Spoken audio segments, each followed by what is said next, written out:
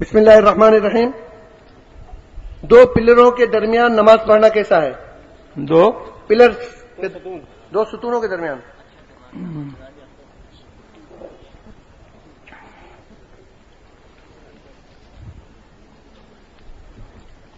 یہ مسئلہ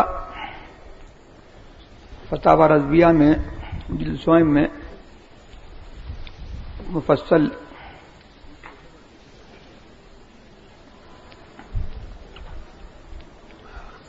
بیان ہوا ہے،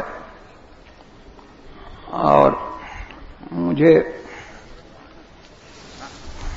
ایسا خیال ہوتا ہے اس وقت اس میں کیا تفصیل ہے مجھے اس وقت مستحضر نہیں ہے، لیکن اگر جگہ ہے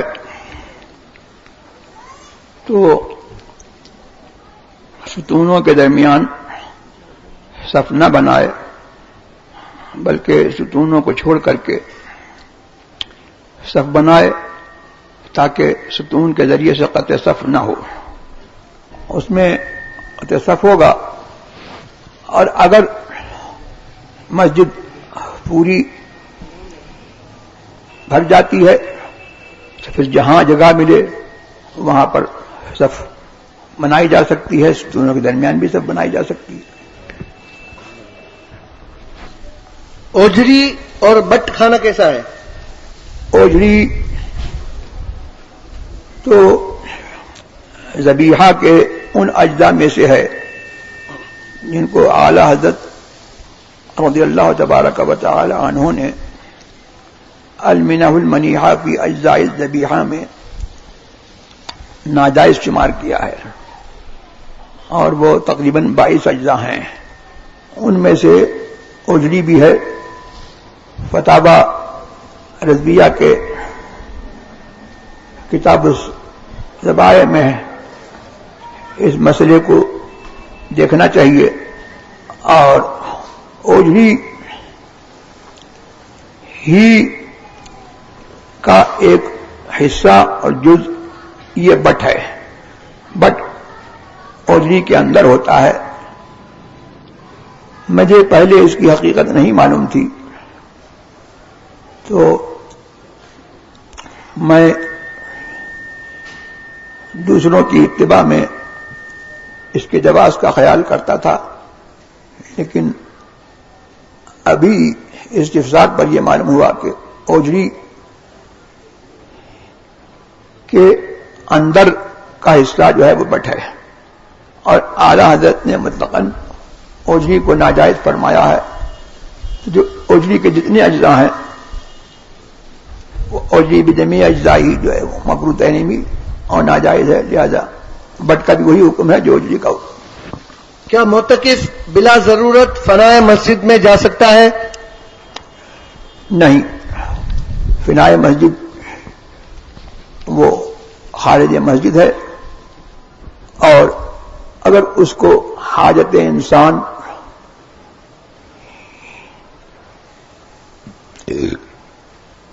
جو عام طور پر انسانوں کو جو حاجات لائق ہوتی ہیں جن کے لیے اس کو مسجد سے جانا باہر جانا ضروری ہے، تو ان آدار اور حاجات کے لیے اس کو مسجد سے نکلنے کی اجازت ہے. خاص جو موضع صلاۃ ہے، جو مسجد ہے جس میں وہ اعتکاف کر رہا ہے، اگر بلا ضرورت فنائے مسجد میں جائے گا تو اعتکاف سے باہر ہو جائے گا. جو شخص لاؤڈ اسپیکر پر نماز پڑھانے کو جائز سمجھتا ہو، ایسا شخص اگر بغیر لاؤڈ اسپیکر کے نماز پڑھائے تو اس کے پیچھے نماز پڑھنا کیسا ہے؟ اب یہ مسئلہ تو بہت تفصیل طلب ہے. اگر وہ شخص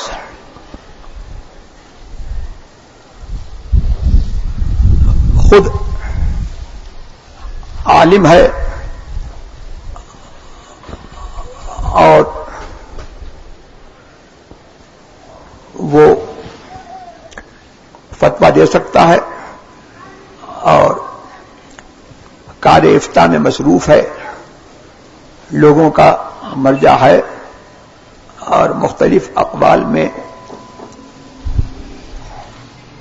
اس کو تمیز ہے، اور اس تمیز کے ذریعے سے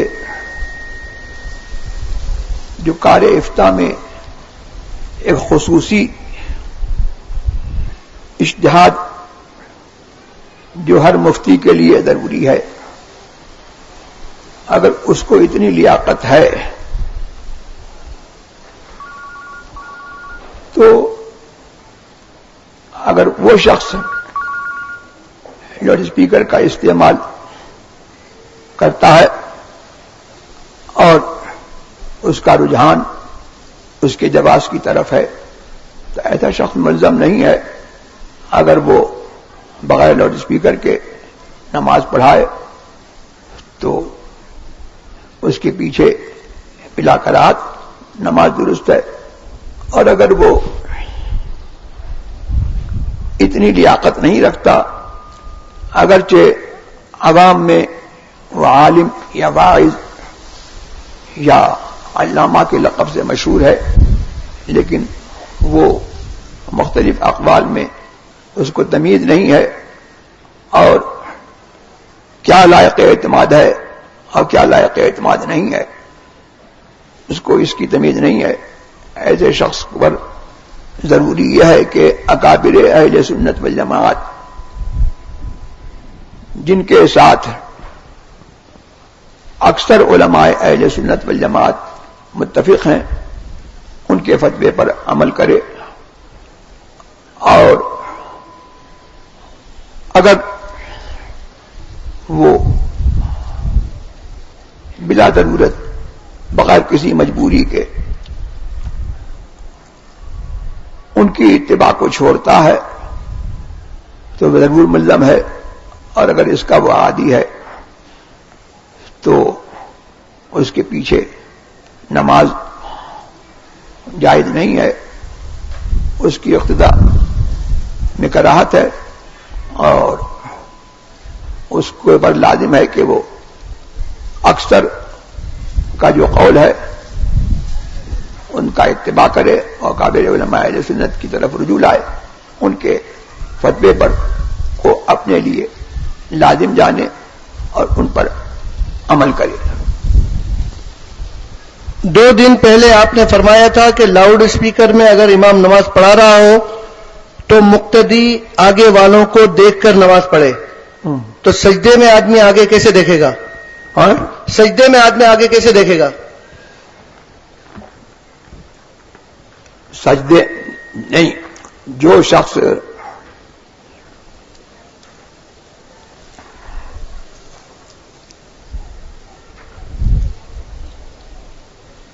لاحق ہوا، امام نے جماعت شروع کر دی اور وہ بعد میں آیا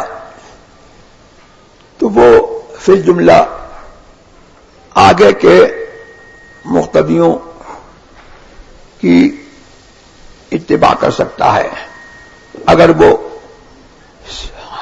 لوگ سجدے میں تھے اور لاؤڈ اسپیکر کی تکبیر نہیں ہوئی، نہ کوئی اور تکبیر ہوئی، وہ لوگ سجدے میں تھے، اس نے سجدے میں پایا، اس کے بعد لوگوں نے سر اٹھایا، تو آگے کی اقتداء فی الجملہ جو ہے اس طور پر بھی ممکن ہے۔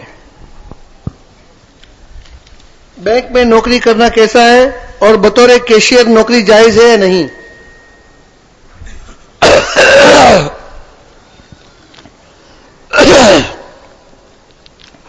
کیشیئر کی نوکری میں تو بظاہر کوئی حرج نہیں معلوم ہوتا ہے، اس لیے کہ کیشیئر کو مختلف رقوم بینک کی اس کے طور پر اس کے پاس بطور امانت رکھوائی جاتی ہیں، تو اس میں اس کی نوکری میں تو حرج معلوم نہیں ہوتا ہے۔ باقی اور جو بینک کی نوکریاں ہیں اس میں جو جائز نوکری ہے وہ جائز ہے، اور جبکہ اس میں کسی شرط ناجائز پر مجبور نہ کیا جائے، اور جو ناجائز نوکریاں ہیں مثلا سودی تمسکات کو لکھنا یا سودی لین دین کرنا یا اس کا گواہ بننا وغیرہ، تو اللہ حضور نے فرمایا کہ اللہ تعالیٰ نے سود کھانے والے کو، کھلانے والے کو، اس کے لکھنے والے کو اور اس کے پر جو گواہی دے اور اس کا جو معاملہ کرے ان سب پر لعنت فرمائی۔ تو جو ایسے تصرفات نہ ہوں، اگر وہ ایسے تصرفات کا ارتکاب کرتا ہے تو وہ نوکری ناجائز ہے، اور جو نوکری ان تصرفات سے خالی ہے اور اس میں کوئی ناجائز شرط بھی نہیں ہے، وہ جائز نوکری ہے، تو اس کا وہ نوکری جائز ہے۔ کسی خاندان کے سربراہ نے مثلا 100-150 سال پہلے کسی کامل پیر کے ہاتھ بیعت کر لی، تو کیا اب اس کا پورا گھرانہ اب تک کے تمام افراد اپنے آپ کو اسی پیر کا مرید سمجھتے رہیں، یہ کافی ہے؟ نہیں، وہ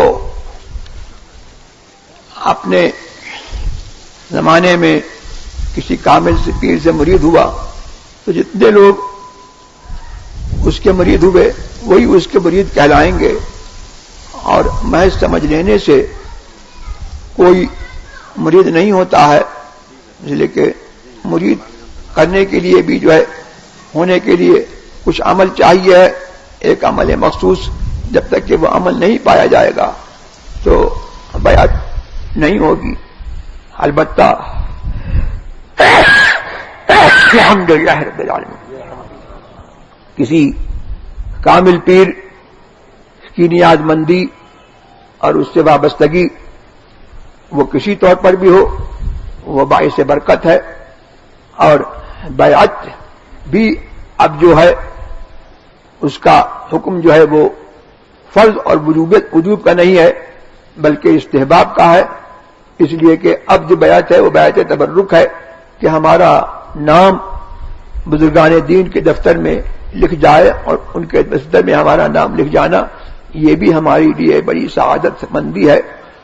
تو اس کے لیے جو بیعت کے رائج طریقے ہیں، جب تک وہ اس زمانے میں جامع شرائط پیر سے بیعت نہیں ہوگا اس طریقے سے تو مرید نہیں کہلائے گا۔ زید کے والد اور بڑے بھائی وغیرہ دیوبندی امام کے پیچھے نماز پڑھ لیتے ہیں، اس کے زید کے ان کے لیے کیا حکم ہے، اور زید ان کے ساتھ کیسا برتاؤ کرے؟ زید کے والد یا بڑے بھائی یا بزرگ وغیرہ؟ ہاں، والد ہوں یا بڑے بھائی ہوں، کوئی ہوں، زید کے اوپر لازم ہے کہ حتی الامکان ان کو سمجھائے، مسئلہ شرع بتائے، اور ان کو دیوبندیوں کی اقتداء سے بات رکھے، اور یہ بتائے کہ دیوبندیوں کے یہ عقائد کفریہ ہیں، اور جو عقائد کفریہ رکھتا ہو وہ دیوبندی ہو یا وہابی ہو یا رافضی ہو یا قادیانی ہو، کوئی ہو، عقائد کفریہ رکھنے والے کے پیچھے نماز درست نہیں ہے، اس کی اصلاح درست نہیں ہے، اور اس کے پیچھے جو نماز پڑھی جائے گی وہ اصلاً صحیح نہیں ہوگی، اور نمازیں ذمے میں رہیں گی، اور ان نمازوں کا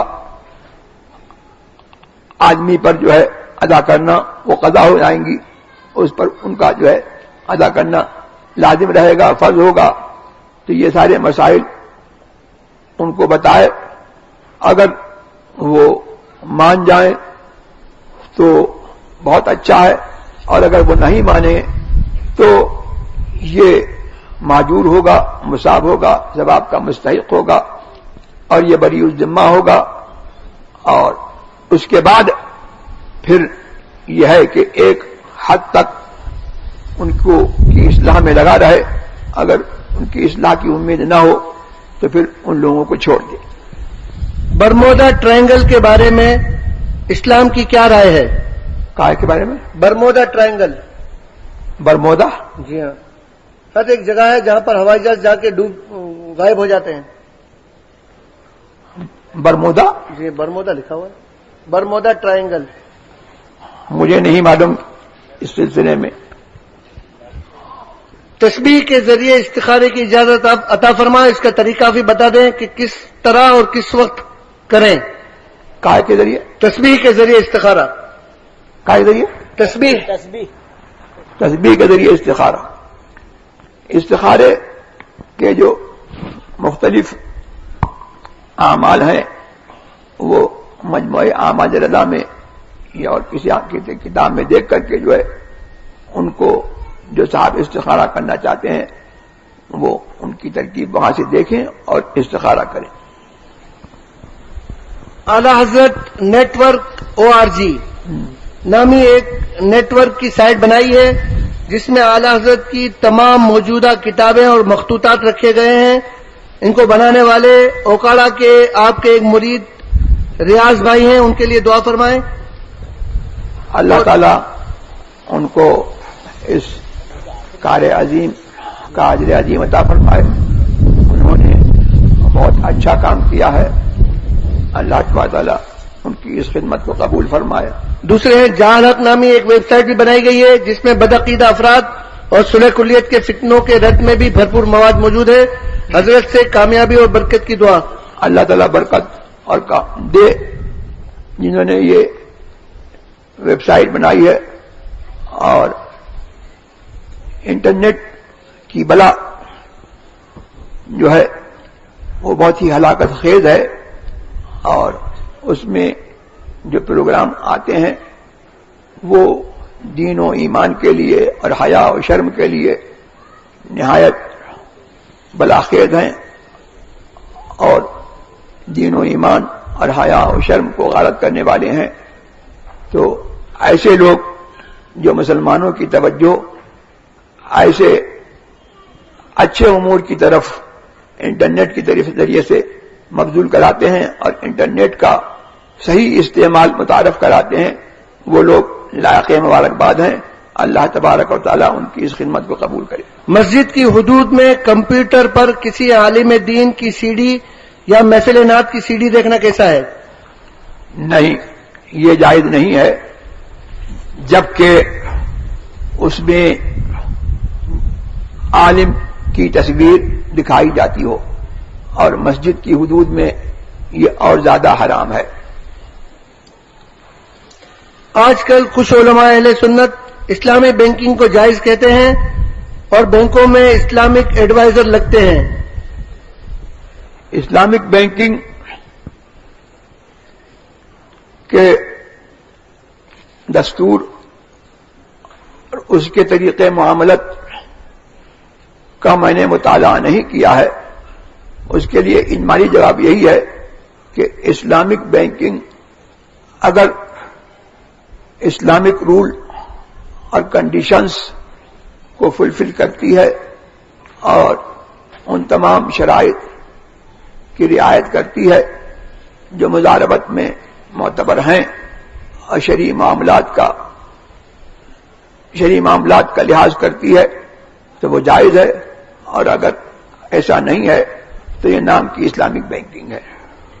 بعض لوگ یہ کہتے ہیں کہ اعلی حضرت اور اشرف علی تھانوی ایک مدرسے میں پڑھتے تھے. یہ غلط اور جھوٹ افطرا ہے.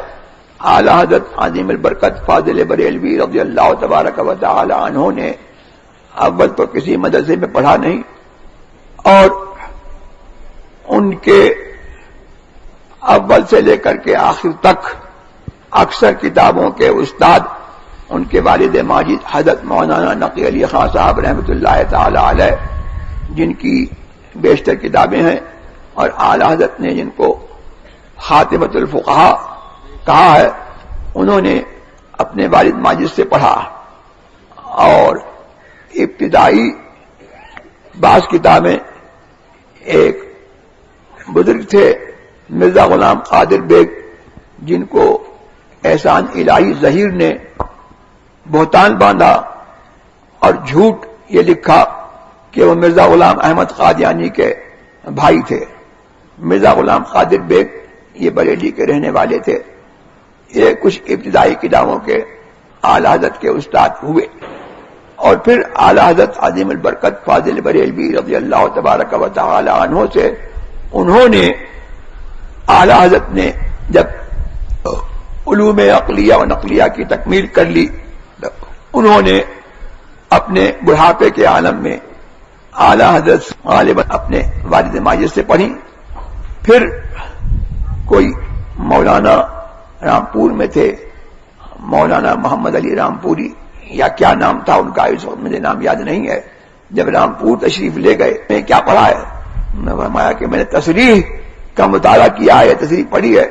تو کہا کہ شرح چغمینی کا پڑھانے والا مجھ سے بہتر ہندوستان میں کوئی نہیں ہے، مجھ سے آپ شرح چغمینی پڑھ لیجیے. تو اعلی حضرت نے ان کے کہنے سے شرح چغمینی کا کہ کچھ اسباق ان سے پڑھے. اعلی حضرت فرماتے ہیں لیکن وہ پڑھنے کا بھی معاملہ یہ تھا کہ میں عبارت خود پڑھتا تھا اور کبھی 2.5 صفحہ ہو جاتا تھا اور کبھی اگر بحث ہوتی تھی تو 2.5 سطر ہوتا تھا. آپ نے فرمایا تھا کہ مووی اور تصویر بنانا ناجائز ہے. ہاں، اگر کسی کو ضرورت کے تحت بنوانی پڑ جائے، مثلا شناختی کارڈ بناتے وقت، پاسپورٹ بناتے وقت، اور یہ بھی ارشاد فرمائیں کہ ہم جب عمرے پر جاتے ہیں تو ایئرپورٹ پر مووی بنتی ہے اور موجودہ دور میں اس سے کیسے بچا جائے، اس سے بچنا تقریباً ناممکن ہے. ایسے شخص کے بارے میں آپ کا کیا جہاں حکم ہے؟ پر آپ کو بچنے کی استطاعت نہیں ہے، آپ راستے میں چل رہے ہیں، یا ضروری ہے اور وہی متعین ہے کہ وہی جا کر کے تبلیغ کرے گا تو لوگوں کا فائدہ ہوگا. ایسی صورت میں یہ بھی ایک ضرورت کی صورت ہوتی ہے.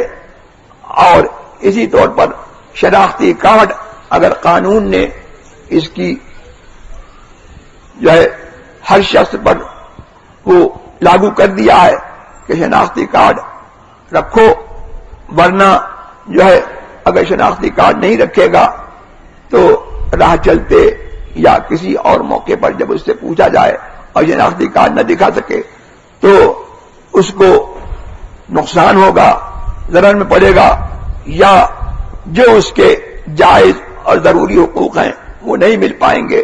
تو ایسی صورت میں شناختی کارڈ بھی جو ہے ایک مجبوری کی صورت ہے، اس پر میں ذمہ داری جو ہے اس کی نہیں ہے. لا تزر وازرۃ وزر اخرى، کوئی جان کسی دوسری جان کا بوجھ نہیں اٹھائے گی. جہاں ضرورت ہے وہاں پر جو ہے حکم شرع جو ہے ضرورت جو ہے مستثنا ہے، وہاں پر ان لوگوں پر الزام نہیں ہو. مرشد کی خدمت میں جب حاضر ہوتے ہیں اس کے آداب ارشاد فرمائیں، اور مرشد سے محبت اور عقیدت کو کس طرح بڑھایا جائے؟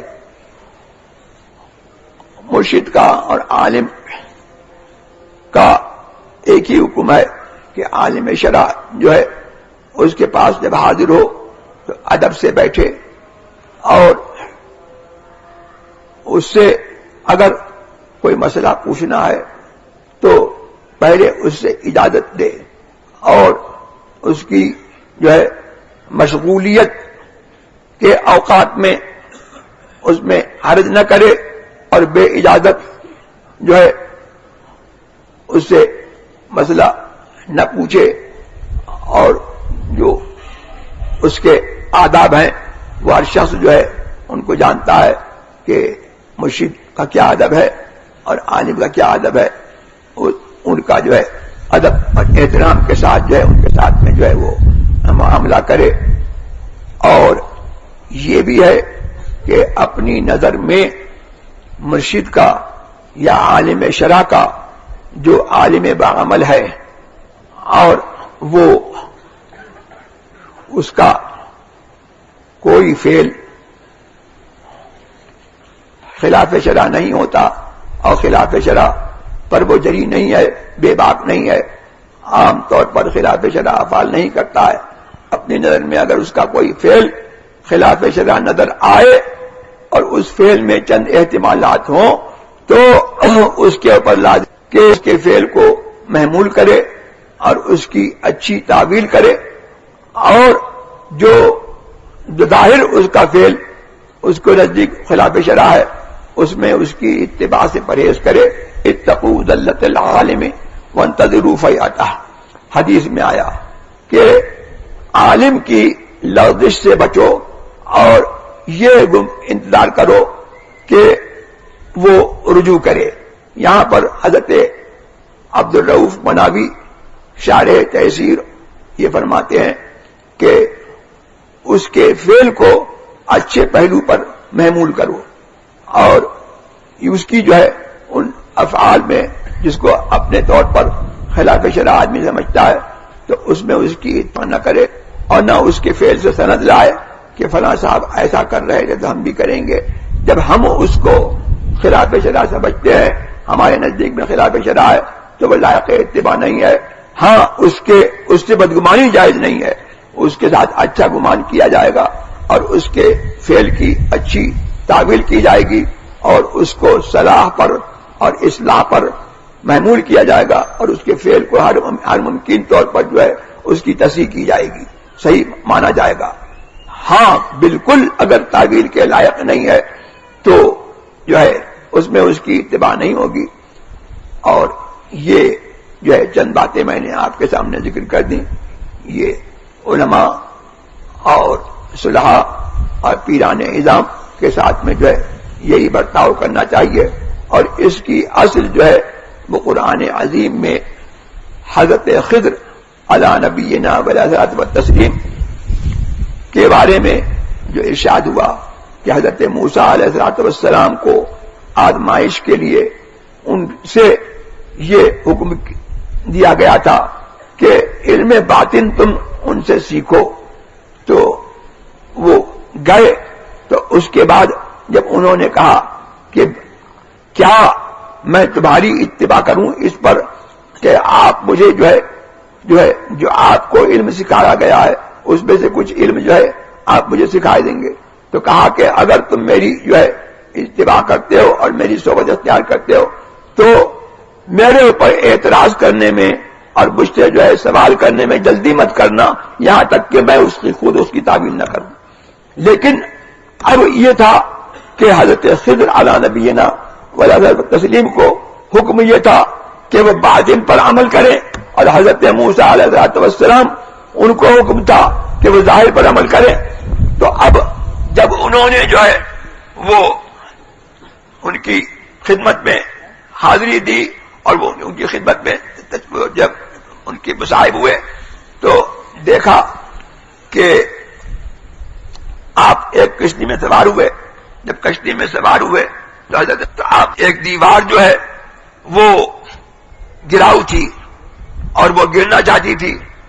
ان کا یہ معجزہ تھا.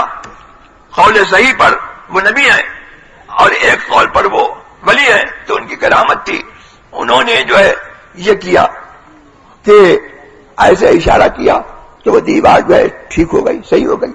تو اب وہ بستی والے جو بد اخلاق تھے انہوں نے ان لوگوں کی ضیافت نہیں کی. تو حضرت موسیٰ علیہ السلام نے فرمایا کہ لو شئت لاتخذت علیہ اجرا، اگر چاہتے آپ تو اس دیوار کو صحیح کرنے کی اجرت لے لیتے، اس لیے کہ اس بستی والوں نے ہم کو جو ہے ہماری مہمانی نہیں کی، ہم کو کھانے کی ضرورت تھی، کھانا نہیں کھلایا. کہا کہ دیکھو میں نے تم کو منع کیا تھا پھر تم نے وہی کیا. تو پھر موسیٰ علیہ السلام نے فرمایا اچھا. اس کے بعد پھر آگے چلے. پھر وہ دیکھا کہ ایک نابالغ لڑکا تھا، آپ نے اس کو جو ہے قتل فرما دیا. تو حضرت موسیٰ نے فرمایا کہ کیا ہوا کہ اقتلت نفسا زکیۃ، کہ آپ نے ایک ستھری جان کو جو ہے بغیر کسی گناہ کے قتل کیا. تو اب اس کے بعد حضرت خضر نے فرمایا کہ یہی جو ہے بس کھڑی ہے میرے درمیان اور آپ کے درمیان جدائی کی، اور جس بات پر آپ صبر نہیں کر سکے میں اس کی جو ہے تعویل اب میں آپ کو بتاتا ہوں. پھر انہوں نے یہ بتایا کہ یہ جو میں نے کشتی کو پھاڑ دیا اور اس میں سوراخ کر دیا تو وجہ یہ تھی کہ آگے جو ہے یا پیچھے واپسی کے راستے میں کوئی ظالم بادشاہ تھا جو ہر سالم سفینے کو اور صحیح اور سالم سفینے کو جو ہے وہ غصب کر لیتا تھا. اس لیے میں نے جو ہے اس میں جو ہے یہ میں نے یہ چاہا کہ یہ عیبدار ہو جائے تاکہ ان غریب مزدوروں کی کشتی جو ہے وہ بچ جائے اور وہ اس پر جو ہے وہ قبضہ نہ کر سکے. تو یہ ان کی کا معجزہ تھا کہ انہوں نے اس کو پھاڑ دیا اور لیکن وہ کشتی نہیں ڈوبی. اس کے بعد کہا کہ یہ جو دیوار تھی کہا کہ یہ اس کے نیچے جو ہے وہ 2 یتیموں کا خزانہ تھا اور ان کا باپ، اور وہ باپ نہیں تھا بلکہ 7ویں پشت میں دادا تھا. وَكَانَ أَبُوهُمَا صَالِحًا، ان کا وہ 7ویں پشت کا دادا مرد نیک تھا. تو میں نے جو ہے یہ ارادہ کیا کہ یہ لوگ بالغ ہو جائیں اور بالغ ہو کر کے اپنا خزانہ اس میں سے نکال لیں. تو جو ہے اس لیے جو ہے میں نے اس دیوار کو جو ہے سیدھا کر دیا. تو یہاں سے پتہ لگا کہ مرد صالح ایک نیک آدمی کی نیکی کا جو ہے پھل جو ہے اس کو تو ملتا ہی ہے، دنیا سے چلے جانے کے بعد جو ہے اس کی اولاد کو بھی اور جو اس کے متبعین ہیں اور جو اس کے متبصرین ہیں ان کو بھی جو ہے اس کا پھل ملا کرتا ہے. یہ پتہ لگا کہ وہابیوں کے دھرم میں جو ہے وہ آدمی مر جاتا ہے تو پتھر ہو جاتا ہے، اور ان کے دھرم میں تو یہ ہے کہ محمد رسول اللہ زندہ نہیں ہے.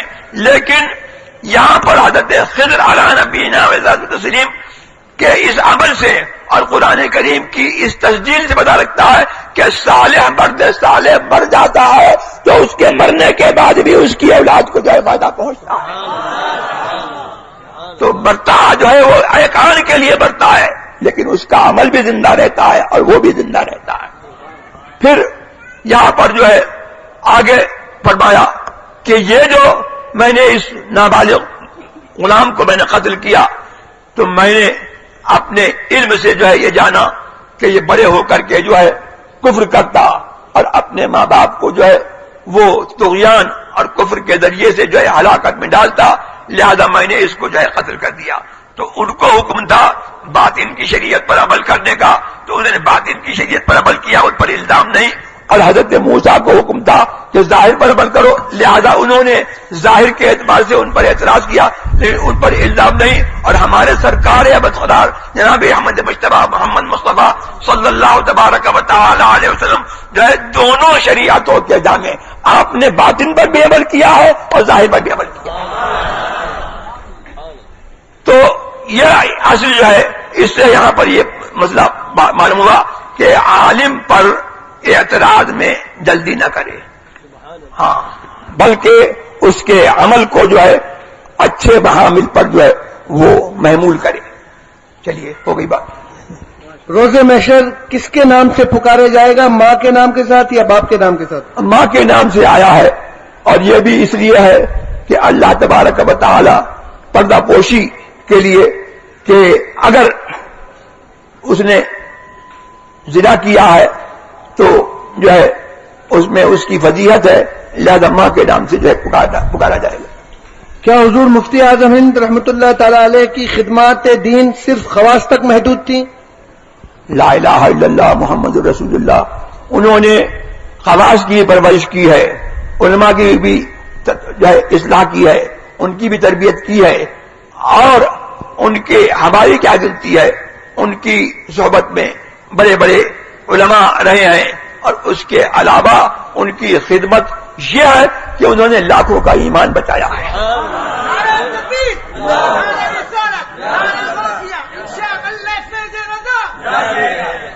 لوگ سمجھتے تھے کہ مفتی اعظم تعویذ لکھتے ہیں اور خود بھی اپنے آپ کو کبھی کبھی جھنجھلاتے تھے تو کہتے تھے ملا تعویذی، لیکن ان کے اوپر بعض لوگوں نے یہ کہا کہ انہی کے کچھ شاگردوں نے اور ان کے مریدوں نے جو بو چڑھے تھے انہوں نے کہا کہ علمی کام نہیں ہو پاتا. انہوں نے کہا کہ نہیں، اس کو بھی کم مت سمجھو، میں تو اس لیے تعویذ لکھتا ہوں کہ لوگوں کو لگائے رہتا ہوں. اگر میں جو ہے لوگوں کو نہ لگاؤں تو کوئی موجودیوں کے پاس جائے گا، کوئی رابطوں کے پاس جائے گا، کوئی صحابیوں کے پاس جائے گا، اس لیے جو ہے اور اس میں تعویذ ہی دینے میں جو ہے لوگوں کے دلوں کی حالت بدل دیتے تھے، لوگوں کو کتنے مسائل بیان کرتے تھے اور کتنے جو ہے شرع کے احکام بیان کرتے تھے، اور جب شدی کا زمانہ تھا اور جو ہے لوگوں شردھانند نے جو ہے لوگوں کو مرتد بنا دیا تھا اور کتنے لوگوں کو جو ہے اس نے جو ہے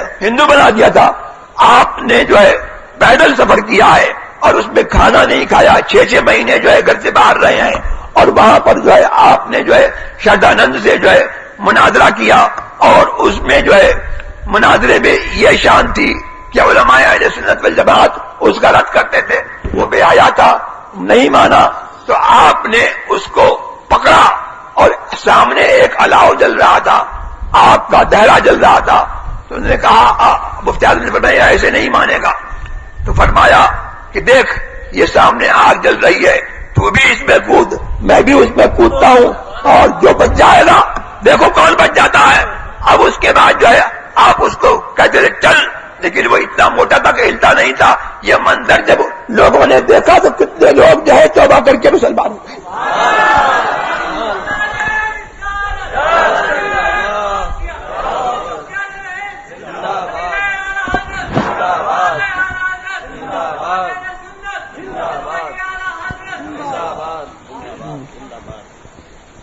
اعلیٰ حضرت کا جمیل و جلیل دیدہ ایمان روح ایقان کو منور کرنے والی کتاب مستطاب سلطنت المصطفیٰ فی ملکوت کل ورا اب تک منظر عام پر کیوں نہیں آیا؟ اعلیٰ حضرت نے اس کا حوالہ بہت دیا ہے, لیکن یہ زمانے کی جو ہے گردش ایام کا عجیب معاملہ ہے کہ آج تک ہم نے اس کتاب کی زیارت نہیں کی, اور وہ کتاب کیا ہوئی یہ ہم نہیں کہہ سکتے ہیں. میں نے حضرت حسن میاں صاحب اسد العلماء رحمت اللہ تعالی علیہ سے سنا, وہ فرماتے تھے کہ یہ کتاب جو ہے میرے یہاں موجود ہے, لیکن ان کو بھی اتنا موقع نہیں ملا کہ وہ کتاب سپرد کرتے, وہ چھپ جاتی, یا اہل سنت جماعت اس کی زیارت کر پاتے. میت کو عوامے کے ساتھ دفن کرنا جائز ہے یا نہیں؟ علماء کے لیے اجازت ہے. کوئی سنی وہابی اشیاء ہو جائے تو اس کے لیے شریعت اور طریقت میں کیا حکم ہے؟ ہاں, وہ مرتد ہے, اور جو مرتد کے ساتھ جو احکام ہے وہی جو ہے اس کے احکام ہے, اور اس سے معاملت جائز نہیں ہے. اور اگر وہ مریض ہو تو اس کی عیادت جائز نہیں ہے, اور اگر اس کا انتقال ہو جائے تو اس کی نماز جنازہ جائز نہیں ہے, اور مقابر مسلمین میں اس کو جو ہے مسلمانوں کے طور پر جو ہے دفن کرنا جو ہے وہ بھی جائز نہیں ہے. پاکستان میں سرکاری رویت ہلال کمیٹی نے ایوب دور حکومت میں جہاز پر بیٹھ کر چاند دیکھنے اور رمضان اور عید کا اعلان کرنے کی کوشش کی تھی, جس پر سرکار مفتی اعظم نے فتویٰ دیا تھا کہ اگر 28 سے 27 کو بھی جہاز پر مزید بلندی پر جایا جائے تو چاند دیکھا جا سکتا ہے. کیا یہ فتویٰ سرکار مفتی اعظم کا ہے؟ بعض لوگ کہتے ہیں کہ ایسا کوئی فتویٰ سرکار مفتی اعظم نے نہیں دیا. اس فتوے کی بہت شہرت ہے, فتویٰ تو میں نے بھی نہیں دیکھا, لیکن اس فتوے کی جو ہے وہ بہت شہرت ہے. اللہ عالم بالصواب. کیا کسی شخص کا پیر حیات ہو تو کسی دوسرے بزرگ سے طالب ہو سکتا ہے؟ طالب اپنی پہلی بیعت پر قائم رہتے ہوئے طلب فیض کے لیے ہو سکتا ہے, اور اکثر دستور یہی ہے کہ اگر پیر سے صحبت حاصل نہ ہو, یا اس سے وہ دور ہے, یا اس کا انتقال ہو گیا ہے, کہ اب اس سے جو ہے فیض ظاہری حیات میں جو ہے مثال بھی اور اپنی پہلی بیعت پر قائم رہتے ہوئے جو ہے وہ طلب فیض کے لیے دوسرے سے طالب ہو سکتے ہیں, جبکہ کسی دوسرے سلسلے میں اس سے طالب ہو. اور اگر قادری ہے اور وہ قادری سلسلے ہی میں بیعت کرتا ہے تو یہ تبدیل نہیں ہوگی, اور جو ہے یہ تجدید بیعت کہلائے گی. اور تبدیل بیعت جو ہے کہ کسی پیر کو, جامع شرائط پیر کو بلا وجہ شرعی چھوڑنا اور دوسرے سے مرید ہونا دوسرے سلسلے میں, یہ جائز نہیں ہے. حضور متعدد افراد ہیں جو بتاتے ہیں کہ وہ آپ سے بیعت ہونے کے بعد بعض ایک روز اور بعض کئی روز تک آپ حضور کو مسلسل روحانی طور پر اپنے ساتھ پاتے ہیں، صرف دیکھ نہیں پاتے، پھر یہ کیفیت ان سے زائل ہو جاتی ہے. اگر یہ لوگ ہمیشہ آپ کا یہ روحانی قرب چاہیں تو اس کا کیا طریقہ ہے؟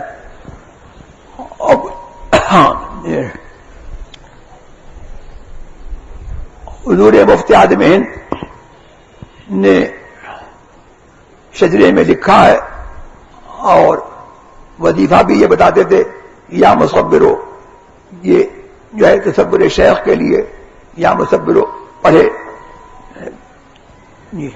کریڈٹ کارڈ رکھنا کیسا ہے؟ ہاں، کریڈٹ کارڈ رکھنا کیسا ہے؟ اگر ٹھیک ہے تو کس صورت میں؟